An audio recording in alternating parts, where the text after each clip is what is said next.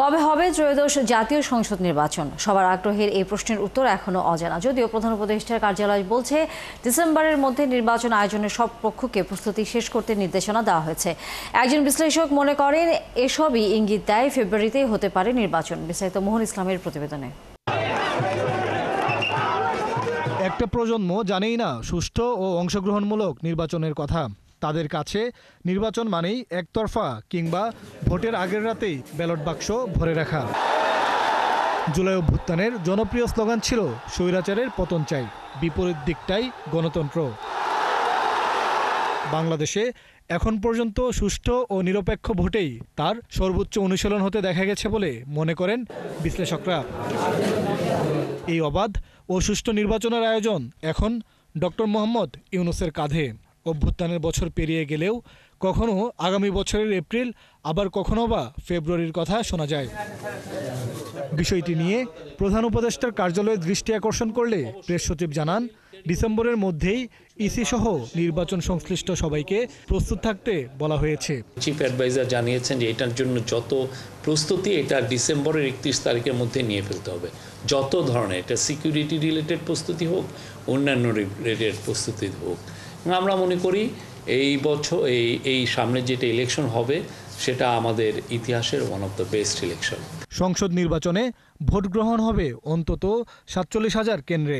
নিরাপত্তায় কাজ করবে 1.5 লাখ পুলিশ, 60,000 সেনা সদস্য সহ আনসার ও ব্যাটালিয়ন পুলিশ, যা কেন্দ্রের সংখ্যা অনুযায়ী তেমন বেশি নয়। শান্তিপূর্ণ নির্বাচনের জন্য দলগুলোর ভূমিকার দিকেও তাকিয়ে অন্তর্বর্তী সরকার। ইলেকশনটা পুরোটা হয় হলো সমস্ত পলিটিক্যাল পার্টির তাদের সিনসিয়ারিটি কতটুক, সবাই মিলে যাতে আমরা উৎসব করতে পারি প্রতি পাড়ায় পাড়ায়, মহল্লায় মহল্লায়, হ্যাঁ, শহরে বন্দরে, সব জায়গায় যদি আমাদের সবারই যদি ইচ্ছাটা থাকে যে না আমরা সোশ্যালি এই ফোর্সটা তৈরি করব যে কোনো ধরনের ইলেকশন নিয়ে কোনো ধরনের যাতে অন্যায় অবিচার না হয়। উপদেষ্টা সহ সরকারের হয়ে কেউ কেউ বলছে শিগগিরই ভোটের একটা সুনির্দিষ্ট দিনক্ষণের ঘোষণা দিতে পারেন প্রধান উপদেষ্টা। তফসিল ঘোষণা করতে হবে। কয়েক দশক থেকে দেশের রাজনীতি পর্যবেক্ষণ করছেন এই শিক্ষক। তার অভিমত সবকিছুই ইঙ্গিত দিচ্ছে আসছে ফেব্রুয়ারিতেই হতে পারে নির্বাচন। ডিসেম্বরে হয়তো তফসিল ঘোষণা হইতে পারে যদি নির্বাচনটা ফেব্রুয়ারিতে হয়।